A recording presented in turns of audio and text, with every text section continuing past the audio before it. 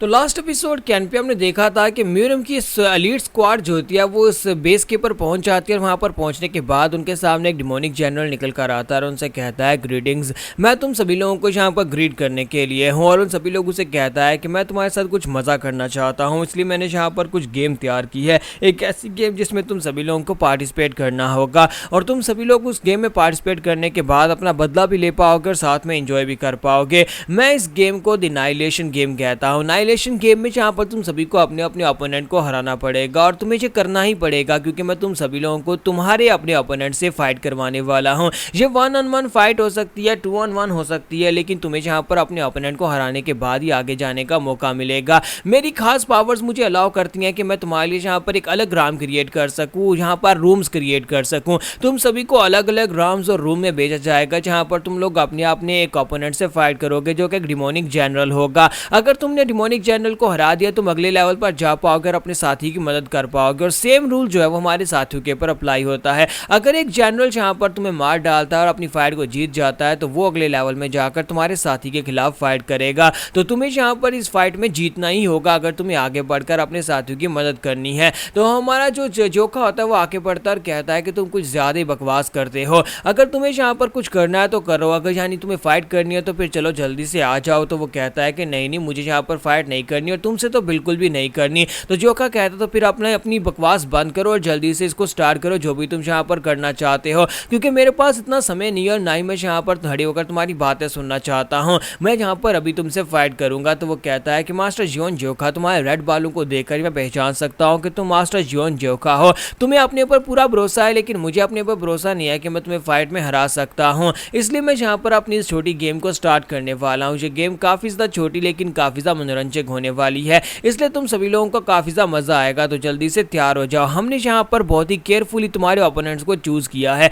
जिसके साथ शायद तुम्हारी कोई दुश्मनी हो सकती है, जिससे शायद तुमको बदला लेना चाहते हो, लेकिन तुम्हारे ओपोनेंट्स को तुम्हारी सेटिस्फैक्शन के लिए ही चूज किया गया। और इसी के साथ ही वो डिमोनिक जनरल ग्राउंड के ऊपर अपना हाथ मारता है तो वहां पर से एनर्जी निकलती है। तो ग्रीन कलर का ऑरा जो होता है आसपास के पूरे एरिया को कवर कर लेता है और इसी के साथ ही वो सभी लोग जो होते हैं यहाँ पर से ट्रांसफर हो जाएंगे अपनी अपनी राम के अंदर। ये किस्म की इल्यूजन फॉर्मेशन होने वाली है जहाँ पर वो बैरियर क्रिएट करने वाला है। तो वो उनसे कहता है कि उम्मीद करता हूँ कि तुम सभी लोग यहाँ पर फाइट को जीतोगे और देखते हैं कि फिनाले किसके बीच में होने वाला है, कौन यहाँ पर फाइनल तक पहुंच पाएगा। और साथ ही वो उन्हें गुड लक बोलता है। जैसे वो यहाँ पर उन्हें गुड लक बोलता है सभी की आंखें बंद होती है और जब वो अपनी आंखें खोलते हैं तो वो अलग राम के अंदर होते हैं। तो स्वर्ड सुप्रीम को दिखाता है कि वो यहाँ पर एक अलग ही राम के अंदर होते हैं। वो कहता है कि मुझे यहाँ पर कुछ अजीब महसूस हो रहा है, मैं बाकी सभी लोगों की एनर्जी को महसूस नहीं कर पा रहा। ऐसे लगता है जैसे कि यहाँ पर किसी प्राइवेट रूम के अंदर मुझे बंद कर दिया गया और आसपास एक सील लगा दी गई हो ताकि मैं बाकी सभी लोगों की एनर्जी को महसूस ना कर सकूं। फिर साथ ही वो कहता है कि लगता है कि यहाँ पर कोई तो है, कोई यहाँ पर जिससे मुझे फाइट करनी है,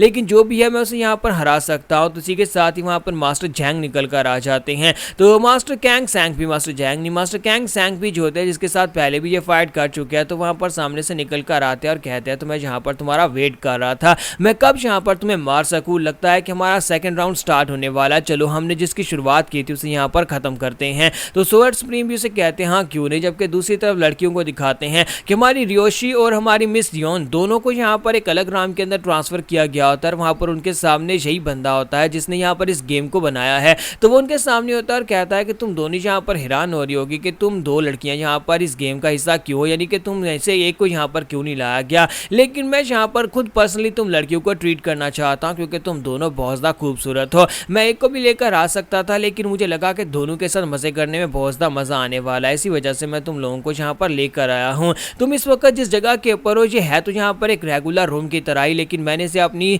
स्पिरिचुअल स्पेशल पेस के साथ बनाया है जिसकी वजह से ये काफ़ी ज़्यादा अजीब लग रहा है और काफ़ी स्पेशल भी लग रहा है। तो अब यहाँ पर हम लोग बहुत ज़्यादा मज़े करने वाले हैं। तो ब्यूटीफुल लड़कियों चलो जल्दी से अगर चुपचाप मेरी बात मान जाओगी तुम्हारे साथ बेहतर रहेगा और मैं तुम्हारे साथ बहुत ही प्यार से पेश आऊँगा, लेकिन अगर नहीं मानोगे तो फिर मार पीट कर ही मैं यहाँ पर तुम्हें मनाने वाला हूँ। तो रियोशी कहती है अपनी बकवास बंद करो, तुम घटिया इंसान कहीं के, तुम्हें क्या लगता है कि तुम यहाँ पर इस तरह हमारे सामने ठगपुने की बातें कर सकते हो। तो यहीं पर से नेक्स्ट सीन में स्वर्ड किंग का सीन दिखाता है कि स्वर्ड किंग और इसके साथ जोखा वो दोनों ही अलग स्पेस के अंदर ट्रांसफर होते हैं और वहाँ पर जाने के बाद मास्टर कहते हैं कि ये कौन सी जगह है, हम लोग कहाँ पर आ गए हैं। तो वो जोखा से कहता है कि जोखा तुम्हें अपनी की पावर को बचा कर रखना होगा, जो भी यहाँ पर से निकल कर आएगा उससे मैं फाइट करूंगा, जबकि तुम्हें यहाँ पर अपनी पावर को ह्यूमनली डीमन किंग के साथ फाइट करने के लिए बचा कर रखना है। तो इनसे फाइट करने के लिए लूनार फेरी आ जाती है। तो लूनार फेरी जो होती है वहाँ पर आती है और कहती है कि क्या तुम्हें वाकई में लगता है कि ये रेड बालूआ लड़का हमारे हीवनली डीमन किंग से फाइट कर पाएगा। हम लोग यहाँ पर दोबारा मिल रहे हैं स्वर्ड किंग, तो मुझे लगता है कि हम लोगों को यहाँ पर आपस में कोई स्कोर सेटल करने हैं।